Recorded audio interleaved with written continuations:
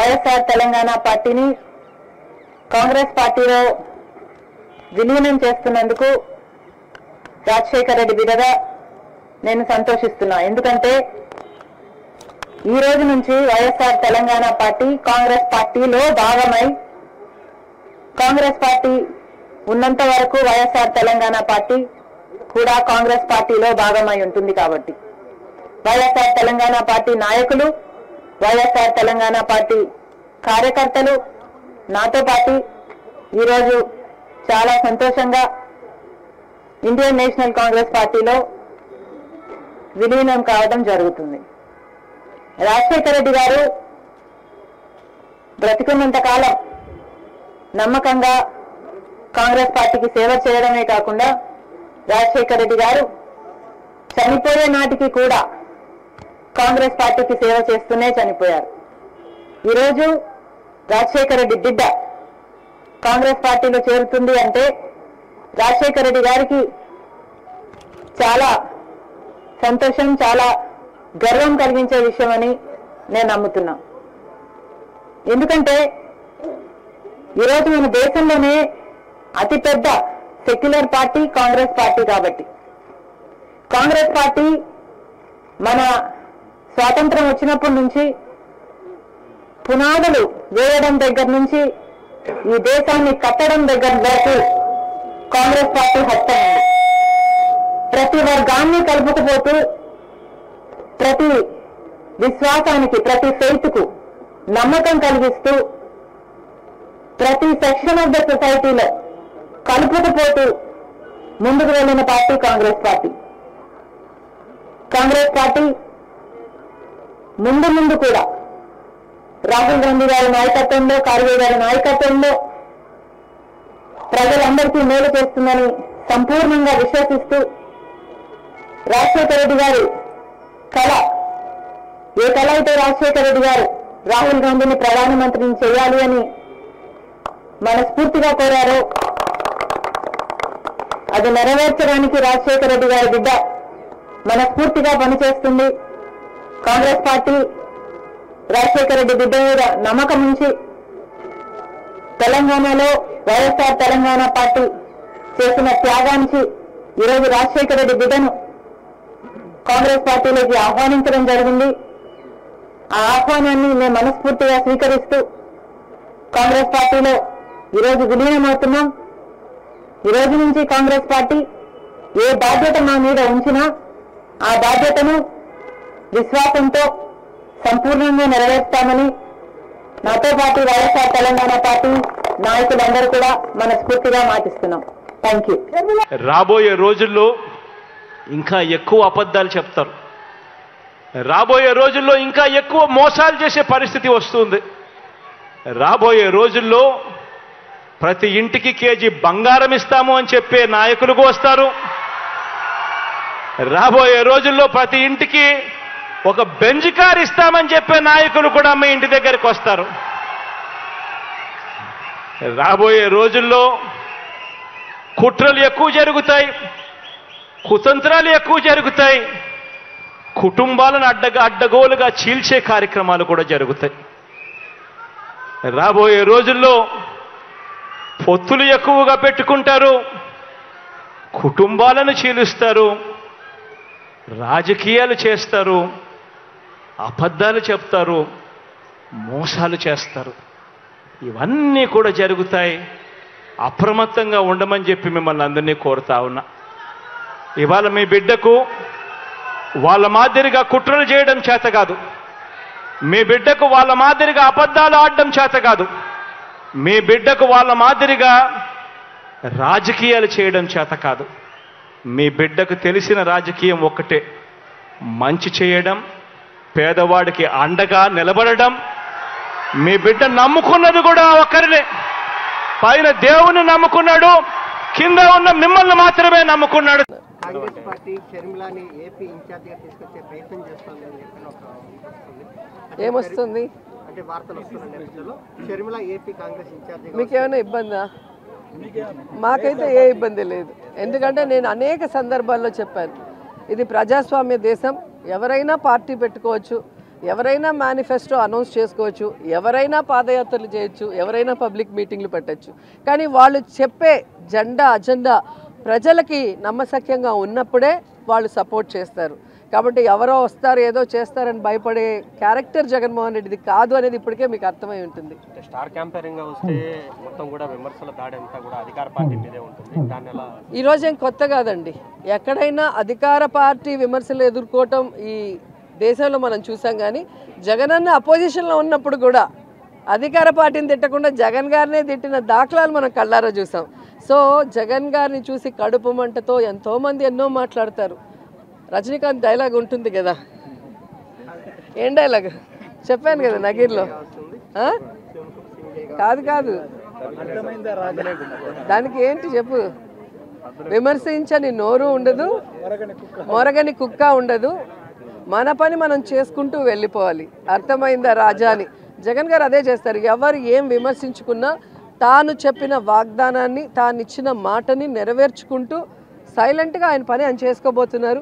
ప్రజలు గమనిస్తున్నారు. కాబట్టి ఈరోజు 2019 నుంచి ఈ రోజు వరకు ఏ ఎన్నికలు వచ్చినా కూడా వార్ వన్ సైడ్ అన్నట్టుగా జగనన్నకే సపోర్టివ్గా ఉన్నారు అంటే అర్థం అదే.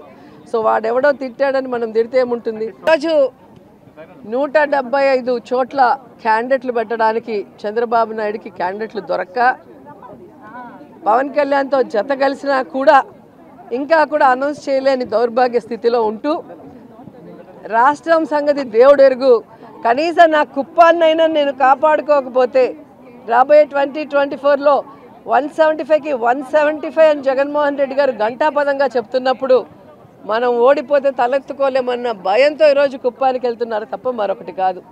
ఈ దాడిని చూసినట్టయితే టీడీపీ వాళ్ళు ప్రీ ప్లాన్డ్గా న్యూ ఇయర్ వేడుకలు జరపకుండా ఒక ప్రీ ప్లాన్ దాడిని మా పార్టీ ఆఫీస్ మీద ప్లాన్ చేసినట్టు కనిపిస్తూ ఉంది. ఇక్కడ చూసినట్టయితే ఈ రోడ్డు మీద ఇలాంటి రాళ్ళు కూడా లేవు. ఇలాంటి రాళ్ళు కొన్ని వందల మంది ఇక్కడ గుమిగూడి మరి ఈ రాళ్ళన్నీ కూడా ఇటువైపు ఉన్నటువంటి పార్టీ ఆఫీస్ మీద ఇసడం మనం చూస్తూ ఉన్నాం. చూడండి, ఈ ఫ్లెక్సీ కనుక లేకపోయి ఉంటే పూర్తి అద్దాలు కూడా ధ్వంసమయ్యేటువంటి పరిస్థితి. పూర్తిగా ఇటువంటి రాళ్లతో టీడీపీ గూండాలు ఏ విధంగా కూడా ఈ దాడికి తెరతీశారో మీరందరూ కూడా చూడొచ్చు. ఇది ఖచ్చితంగా ప్రీ ప్లాన్డ్గా జరిగినటువంటి దాడి. దీని వెనకాల ఎవరున్నా కూడా మేము వదిలిపెట్టం. ఒక మహిళగా నేను ఇక్కడ ఈ రోజున ఈ పార్టీ ఆఫీసు ఒక బీసీ మహిళగా ఈరోజు మనం ఇక్కడికి వచ్చి ప్రజలందరి మధ్య కూడా ప్రజా సేవ చేస్తూ ఉంటూ మరి ఈ పార్టీ ఆఫీస్ని ఈరోజు ప్రారంభించుకోవాలి ఈ నూతన సంవత్సరం సందర్భంగా అని చెప్పి మరి ఇక్కడ ఏర్పాట్లు జరుగుతూ ఉంటే మరి ఈ రోజున పంతానికి వాళ్లకు టీడీపీ వాళ్లకు ఓటమి భయం పట్టుకొని మరి ఏ విధంగా కూడా ఈ దారికి తెరతీశారో ఇక్కడ ఉన్నటువంటి అందరూ కూడా చూస్తూ ఉన్నారు.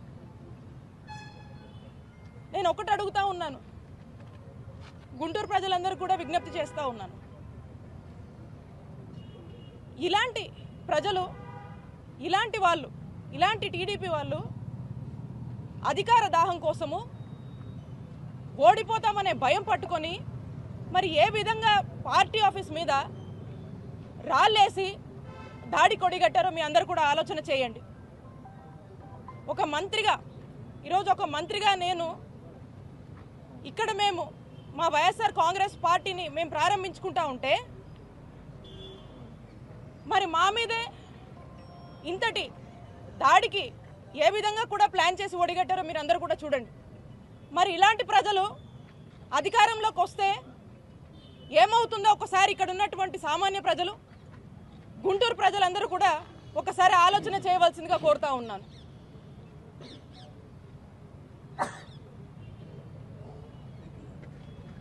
ఇంతలా ఒక ఓటమి భయం పట్టుకొని ఒక భయభ్రాంతులకు గురి చేసేటువంటి పరిణామాలకు ఈరోజు వాళ్ళు దారితీశారంటే ఖచ్చితంగా ఈ దాడి ద్వారా టీడీపీకి ఓటమి భయం పట్టుకుందని స్పష్టంగా అర్థమవుతా ఉంది.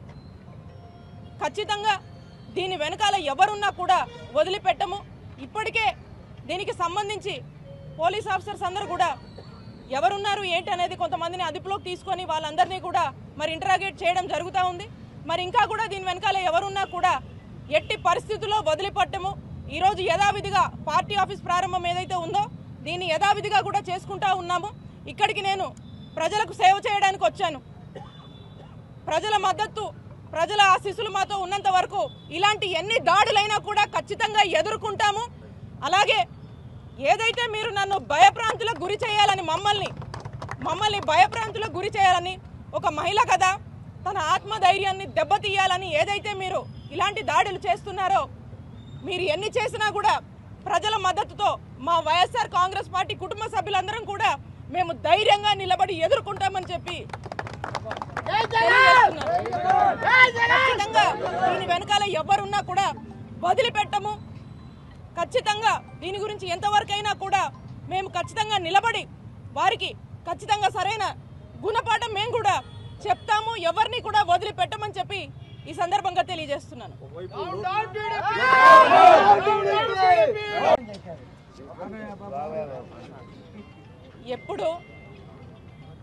ఎప్పుడు చంద్రబాబు నాయుడు గారికి కానీ లోకేష్ గారికి కానీ బీసీలు అంటే ఎప్పుడు కపట ప్రేమే.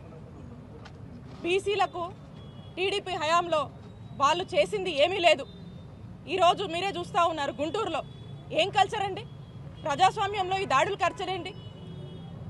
ఒక బీసీ మహిళగా ఈరోజు ఈ రాష్ట్రంలో ఉన్నటువంటి మంత్రిగా ఈరోజు ఇక్కడ మనం కార్యాలయం ఓపెన్ చేసుకుంటే దీన్నే తట్టుకోలేక ఇలాంటి దాడులు పాల్పడుతున్నారంటే మరి ఏం క్రమశిక్షణ ఉంది మీకు? బీసీలంటే ఎంత చిన్న చూపు. ఈరోజు జగన్మోహన్ రెడ్డి గారి నాయకత్వంలో రాష్ట్రంలో ఉన్నటువంటి అందరికీ ఒక మంచి అవకాశాలు ఇచ్చి అందరినీ కూడా ఈరోజు చక్కటి అభ్యున్నత వైపుగా ఈరోజు బీసీలు నడుపుతుంటే మరి రాష్ట్రంలో ఉన్నటువంటి బీసీలందరూ కూడా మద్దతుగా ఉండడం మనం చూస్తున్నాము. ఒకవైపున ఇలాగుంటే మరి టీడీపీ వాళ్ళు చేస్తున్నటువంటి దాడుల ద్వారా ఈరోజు జరిగినటువంటి ఈ దాడే మరి ఏ విధంగా బీసీల మీద ఉన్నటువంటి చిన్నచూపు కానీ బీసీలు అంటే ఏమాత్రం కూడా గౌరవం లేదనేది స్పష్టంగా ఈరోజు ఈ దాడే మనకు అర్థమవుతా ఉంది. దాదాపు 2 గంటల పాటు వందలాది మంది కార్యకర్తలు ఇక్కడే ఉన్నారు. డిఎస్పీ గారు చెప్తున్నా వినకుండా అటాక్ చేశారు. ఎట్లా చూస్తారు? పథకం ప్రకారం చేసినట్టు ఈ దాడి ప్రీ ప్లాన్డ్. ఎందుకంటే మనం చూసినట్టయితే విసిరినటువంటి రాళ్ళు ఇక్కడ ఎక్కడా కూడా ఈ రోడ్డు మీద లేవు.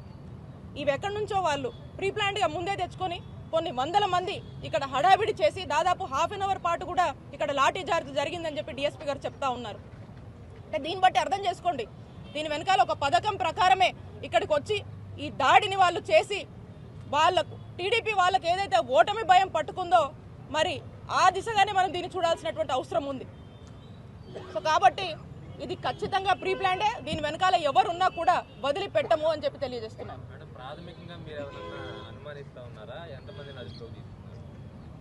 ఇప్పటికి డిఎస్పీ గారు వచ్చేసి ఒక 30 మందిని అదుపులో తీసుకున్నారు. ఇంకా కూడా తీసుకురావాల్సిన వాళ్ళు కొంతమంది ఉన్నారు. దీని మీద సీరియస్గా పోలీసులు అంతా కూడా ఇంటరాగేట్ చేస్తున్నారు. ఒకసారి మనకు ఎవరు ఏంటి అనేది తెలిసిన తర్వాత దాన్ని బట్టి మనకు ఇంకొంత సమాచారం ఉంటుంది.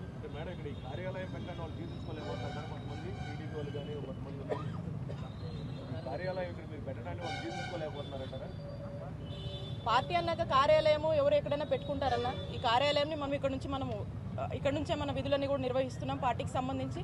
మరి ఖచ్చితంగా వాళ్ళు ఓర్వలేకనే ఇది చేసినట్టుగా మనకు స్పష్టమవుతా ఉంది.